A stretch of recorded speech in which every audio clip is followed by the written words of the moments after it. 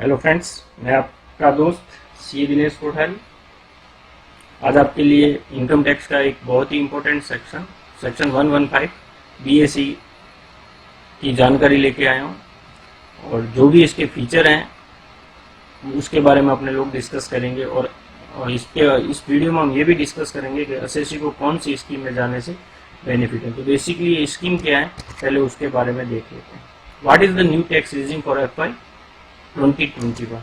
The budget 2020 introduced a new regime under Section 115 BAC, giving an option to an individual and HUF taxpayers.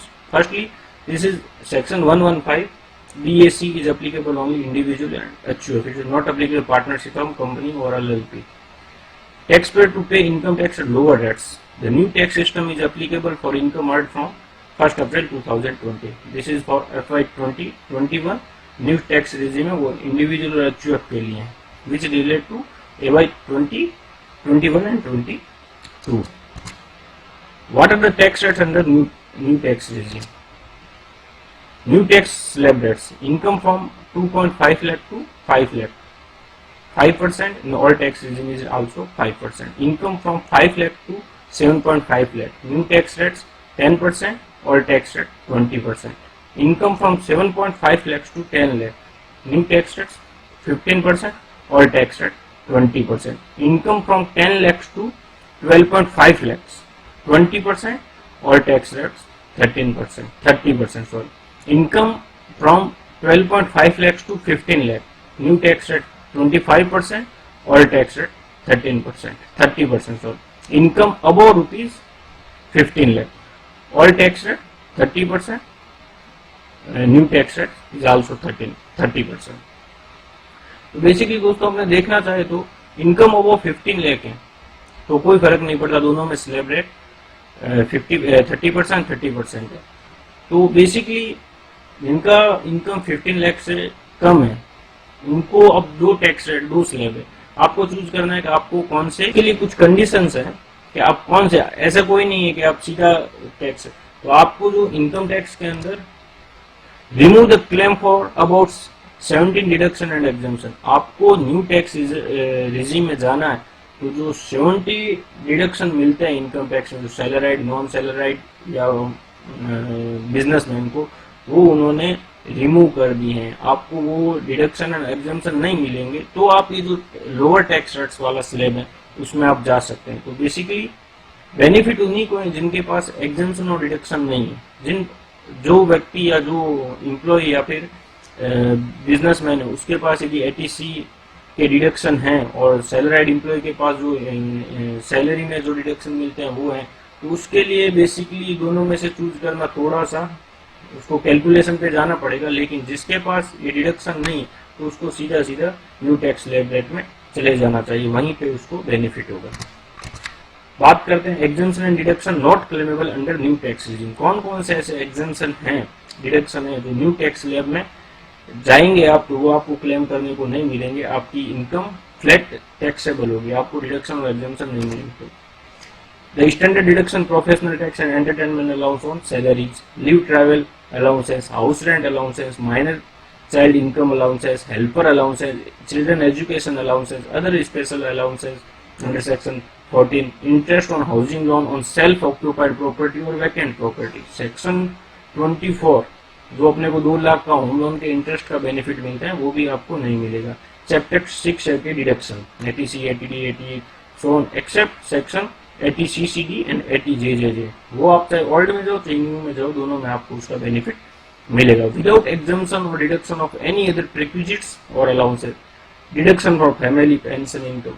तो यदि आपको new tax slab rate में जाना है तो आपको इन एग्जम्पशन और डिडक्शन को छोड़ना पड़ेगा, तभी आप न्यू टैक्स स्लैब रेट जो लोअर टैक्स रेट जो उसमें डिफाइन किए गए उसमें आप जा सकते हो. What are the exemption and deduction available under new regime? जैसा कि हमने बात किया था कि न्यू स्लैब रेट में आप चले जा रहे हो फिर भी आपको कुछ एग्जम्पशन और डिडक्शन ऐसे हैं वो आपको अलाउ रहेंगे. Transport allowances in case of specially abled person, conveyance allowances received to meet the conveyance expenditure incurred as a part of the employment, any compensation received to meet the cost of travel and tour or transfer. Daily allowances received to meet the ordinary regular charges expenditure you incur on account of absence from his regular place of duty. ये ऐसे exemption और deduction है जो आप new tax regime में जाओगे फिर भी आपको allow होंगे. Can I choose between the new tax regime and the existing tax regime?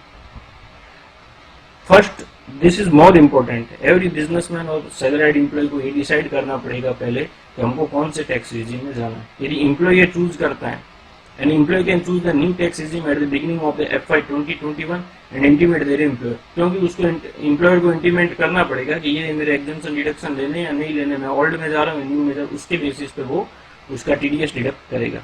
The change can be done at any time filing of income tax return. पर उसने एक बार employee ने अपने एम्प्लॉयर को बता देगा मैं इस रिजीम में जा रहा हूँ, तो वो उसके बेसिस पे उसका टीडीएस और डिडक्ट करेगा.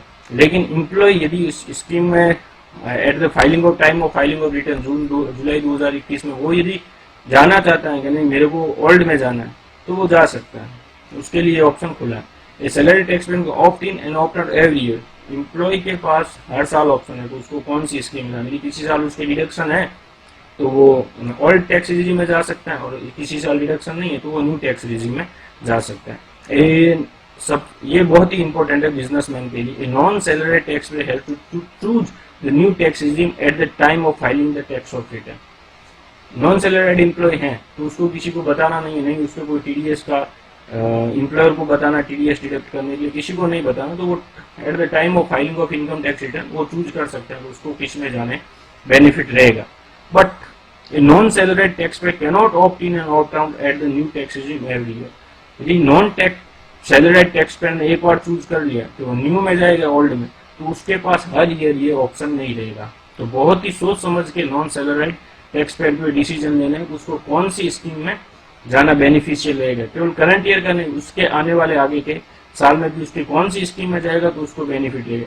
क्योंकि उसने एक बार यदि कोई स्कीम चूज कर ली फिर वो उसको चेंज करना चाहता है न्यू से ओल्ड में या ओल्ड से न्यू में, तो वो उसके पास ऑप्शन नहीं रहेगा. इसलिए नॉन सैलरीड एम्प्लॉय को ये बहुत ही सोच समझ के डिसीजन लेना. एम्प्लॉय है तो वो ले सकते हैं, उसको एक साल न्यू में एक साल ओल्ड में जा सकता है. लेकिन बिजनेसमैन के लिए नॉन सैलरीड एम्प्लॉय के नॉन सैलरीड पर्सन के लिए ऑप्शन ओपन नहीं है. How do I choose new regime and plan my tax. This is for tax planning. आपको कैसे इसको डिसाइड करना और कैसे नहीं करना. तो from a tax planning perspective it is essential to choose a tax regime at the beginning of the financial year. A taxpayer must make a comparison of income tax under the new tax regime with the existing regime. Once the taxpayer choose the tax regime at the beginning of the year, the investment and TDS or advance tax payer calculation are made accordingly. तो जैसा हमने पहले भी discuss किया, तो ये आपको beginning of the financial year आपको चूज कर लेना है एम्प्लॉय को, तो उसको कौन सी स्कीम में जाना बेनिफिशियल रहेगा, तो उसके हिसाब से वो अपने एम्प्लॉयर को इंटीमेट करेगा, तो उसके हिसाब से उसका इनकम टैक्स का कैलकुलेशन टीडीएस और डिडक्ट होगा. थैंक यू दोस्तों. मैंने आपके साथ जो इनकम टैक्स में ये जो न्यू टैक्स स्लैब और ओल्ड टैक्स स्लैब का कंसेप्ट था, जो सेक्शन 115 BAC, उसके आपके साथ डिस्कस किया. इससे रिलेटेड कोई भी क्वेरी हो तो आप कमेंट में लिखिए, मैं आपको उसको जरूर आंसर देने की कोशिश करूंगा. और thanks for watching. Please subscribe the channel for latest update in income tax and GST and motivational stories. Thank you very much.